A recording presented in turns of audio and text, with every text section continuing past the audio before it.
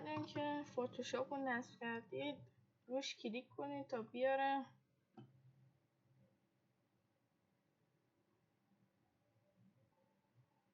خب وقتی وا میکنین یه همچین صفحه ای داره، یکیش نوشته Create New، یه گزینه هم داره Open. این گزینه واسه اینه که یه فایل جدید بسازید.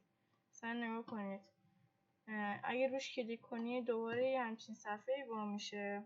اینجا میتونید مشخصات و اندازش رو بدین و بقیه تنظیمات هم همونطور که گذاشتم بذارید، به جز این یکی مربوط میشه به چاپ کردن یا اینکه بخواید چاپ نکنید. اگه میخواید چاپ کنید باید بذارید رو حالت CMYK تا رنگا قاطی نشن. اگه نمیخواید چاپ کنید رو RGB میذارید تا همون رو حالت معمولیش باشه. از اینجا میتونید اسمش رو تغییر بدید. اینجا هم میتونید رنگ اون صفحه‌ای که میخواید هرچی که خواستید بذارید. ما سفید رو میذاریم. بعدش که اینجا اون پروژه‌ای که انجام داده سیو میشه. اینجا یه سری قالب‌های آماده داره تو ابعاد مختلف. مثلا یکی از قالب‌هایی که محض تامنیل یوتیوبه واسه همین 1920 در 1080 رو مود RGB. خب وقتی خواستیم بسازین این گزینه ریت رو میزنید و ساخته میشه.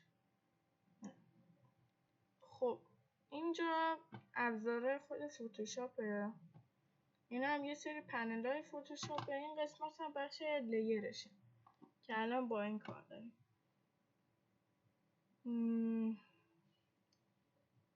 خب از اینجا میتونید هر چقدر خواستید لایه اضافه کنید. از این بخش هم میتونید حذفشون کنید. و اینجا پنل ادجاستمنت ها هستش که اینا رو هم یاد میدیم. با این هم میتونید ماسک کنید که به درد حالا این ابزارهای سلکشن میخوره. این هم که تو حالا آموزش‌های آینده یاد میگیریم چجوری استفاده کنیم ازش. و اینکه خب یه شیپ میکشم اینجا، یه دایره مشکی. یه قسمت داره اوپنسیتی. این هرچی کمتر کنیم رنگش کمتر میشه. اگه تا تهش ببریم تو همون به حالت عادیش هم بیاره. یا گزینه پایینش هم که نوشته چیز همینه. اون هم کاربردش مثل اوپنسیتیه. و اینکه اینجا چی داریم، این مود لایه‌مون میشه که باز اینجا به درد نمیخوره، ولی خب مثلا توی تغییر دادن رنگ لباس یا هر چیزی خیلی به درد میخوره. خب یه دایره دیگه هم میکشم، رنگش رو تغییر میدیم. خب نگاه کنید اگه این لایه این دایره زردمونه و بالاتر از این لایه دایره مشکی. اگه این لایه رو میتونه بالا پایین کنه ها، الان که بالا، وقتی اون بالاتر از دایره مشکی باشه این شیپ میده رو دایره مشکی. ولی نه، اگه دایره مشکی لایه‌اش بیاد بالاتر از اون دایره مشکی میاد روی دایره زرد.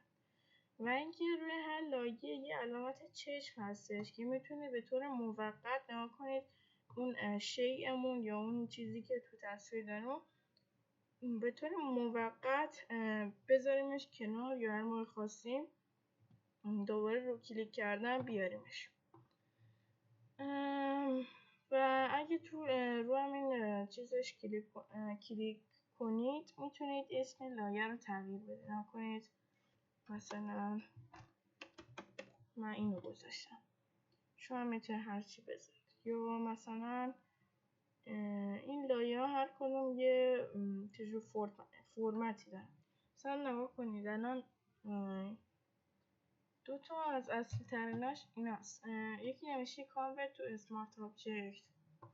اگه لایه یا اون چیزی که میارید معمولا تو این موده و این اگه روی این مود باشه کیفیتش یک کم بیشتر از رستره. نگاه کنید وقتی اگه اسمارت باشه روش کلیک راست کنید رستر فعال میشه، میتونید رسترش کنید.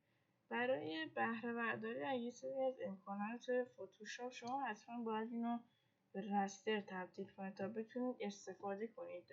مثلا نگاه کنید اگه این اسمارت آبجکت باشه من براش بردارم ارور میده روش، ولی نه اگه مثلا رستر باشه میاره میتونیم روش استفاده کنیم. و اینم که با گرفتن کنترل اگه روی این کلیک کنید روی اینجا اگه برید روش یه مربع سفیدی میاد، اینو بزنید اون چیزی که رو لایش هستیم سلکت میشه. حالا سلکت هم توضیح میدم بهتون. و با کلیدهای کنترل و دی هم میتونید برش دارید از این حالت. خب شما اگه بخواید یه فایلی رو وقتی تموم کردید باید سیوش کنید. از تو این قسمت میاد توی سیو یا سیو از کلیدهای میانبرش هم نوشته شیفت کنترل اس یا کنترل اس. سیو از رو میزنیم، سیو آن یور کامپیوتر اینو میزنیم. اینجا اسم اون فایلمون رو میخواد هرچی میتونیم بذاریم، مثلا هرچی. اینجا فرمت فایل یکی رو پیش‌فرض خود فتوشاپ فرمت PSD یا PDD و اگه بخوایم مثلا به طور زنده توی فتوشاپ دسترسی به اون فایلت داشته باشی مثلا باید روی این فرمت بذاری. حالا من الان بهتون توضیح میدم. اینو سیو میکنم که ببینید. بذارید خب این فایل اینطوری به این صورت سیو میشه روی دسکتاپ یا هر جایی که انتخاب کردید. اگه روش کلیک کنیم میاره تو محیط فتوشاپ، میتونیم هنوز تغییراتی روش انجام بدیم. ولی نه اگه بخوای به صورت PNG یا JPEG بذارید، نگاه کنید من میذارم این پایین مودشو PNG سیو میکنم. خب کجا رفت؟ اینجا. نگاه همینطوری به صورت یه عکس ثبت شدش و حالا فرمتش رو میتونید هر طوری که خواستید انتخاب کنید. این قسمت هم که مشخص میکنید که اینو کجا سیو بشه. مثلا اگه اولین بار برید تو فتوشاپ این معمولا روی داکیومنت یا دانلود ها هستش، شما بیارید روی دسکتاپ تا راحت‌تر بهش دسترسی داشته باشید. و دوباره از همین فایل میتونید نوشته تو اولش نیو یا میانبرش هم کنترل انه، اگه بزنیم روش دوباره به اون صفحه اول برمیگردیم. میتونی اون چیزی که میخوای رو پیدا کنی و بزنی. کنی من دوباره میخوام یه دونه دیگه از داشته باشه، دوباره برام ساخت. بعدش یه دونه هست اوپن رو بزنید. اگه مثلا یه فایل مثل این داریم حالا میخوایم بیاریمش روی فضای فتوشاپ، نمی‌کنید آورد. پس یه روش دیگه هم داره که اینطوریه. من اینو بکشم و بیارمش روی فتوشاپ. خب دوباره از همین منوی فایل شما میتونید دسترسی داشته باشید که اون فایلتون رو بفرستید برای پینت یا میانبرش کنترل پی هستش. بعدش که فعلا یه چیز معمولی یه چیزای عادیشو گفتیم و میریم سراغ ابزارها. قبل اینکه بریم سراغ ابزارها در مورد اون مود RGB و CMYK، وقتی که شما اومدید توی فضای فتوشاپ بازم میتونید تغییر بدید. نکنید میرید توی این پنل مود پنل ایمیج گزینه مود رو CMYK یا RGB میذارید. فقط توجه داشته باشید اگه من اینو نگاه کنید اینجا چند تا لایه دارم، اینجا چند تا لایه هستش. اگه من این الان RGBه بکنمش CMYK مرج کنم همش تبدیل میشه به یه لایه، مثل یه پروژه که با فرمت PNG سیو کرده باشید اونطوری میشه و قطعا رنگش هم یکم تغییر میکنه نسبت به RGB، ولی خب اگه RGB بذارید و چاپ کنید کلا همه چیش به هم میریزه. خب اولین ابزاری که یاد میگیریم موو تول هستش. اگه روی ابزار رو کلیک کنید زیر مجموعه‌اش رو بهتون نشون میدم. خب من با موو تول یه شیپ میکشم. با موو تول هر چیزی رو میتونم تکون بدم، جاشو عوض کنم و این کاربرد اصلیه و بدون این ابزار اصلا نمیتونید با هیچ چیز دیگه چیز کنید، تکون بدید. خب این یه ابزار دیگه ای هم که توی این ویدیو یاد میگیریم این هستش. نگاه کلیک راست میکنم زیر مجموعه این ابزار میاره برام. یا اگه مثلا امو بزنم روی کیبورد انگلیسی امو بزنم برام میاد. شما میتونید با این یه چیزی رو انتخاب کنید. بذار یه تصویر بیارم. خب ما یه تصویر میاریم. این یه تصویر. بعدش که الان میخوایم تست کنیم همین. نگاه اینطوری من انتخاب میکنم به دو روش. یکی همون ماسکیه که تو پنل لیرمونه که اول ویدیو گفتم، فقط اون تیکه که انتخاب کردیم میمونه.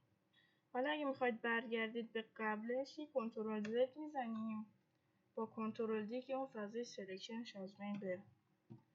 میایم بقیه‌اش رو تست میکنیم. مثلا با این دایره خب با این دایره یه روش دیگه هم داره که میتونید برید تو سلکت اما توی قسمت سلکت اما است.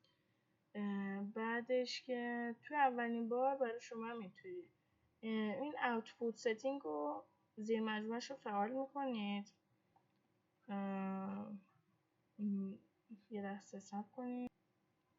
وقتی که فعال کردید زیر مجموعش رو میاد این پایین اوتپوت تو اینجا تو پیش‌فرضش این سلکشنه، ولی شما بیارید رو لیر ماسک. وقتی بیاری رو لیر ماسک میتونید که دوباره همون کار ماسک رو انجام بدید. بذارید انجام بدم. نگاه دوباره همطور میشه. حالا کنترل زد میزنیم برمیگرده. خب برنگشت. بذارید حذف کنم. خب اون عکس اولین بوده. یه چیزایی تو این بخش سلکت ماسک هستش.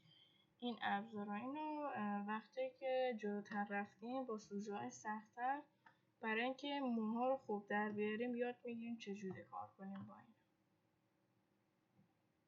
خب بقیه‌شون هم که یه خط سلکشن به صورت یه خط، بعدش دوباره اینم یه خط به صورت ایستاده و این ابزار همین بود فعلا. میریم سراغ ابزار بعدیمون که لاسو تول هستش. زیر مجموعش هم اینجا هست. شما میتونید اینو به صورت دستی انتخاب کنید. شاید خیلی ترتمیز در نیاد ولی یه وقتایی خیلی کمک میکنه. بعد دوباره ماسک میکنید و کاربردش اینطوری که به صورت دستی سلکشن میکنید. خب یه سری زیر مجموعه داره. یکیش این ابزار هستش که به صورت خیلی صاف میاد سلکشن میکنه. نگاه کنید.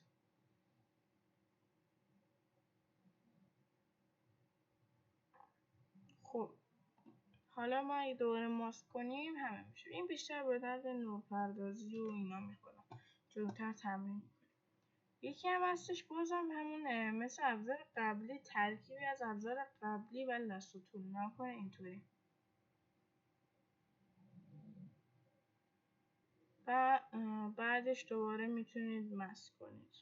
خب ممنون که تا اینجای ویدیو موندید. برای آموزش ابزارهای بعدی و چیزهای دیگه هم بمونید با من.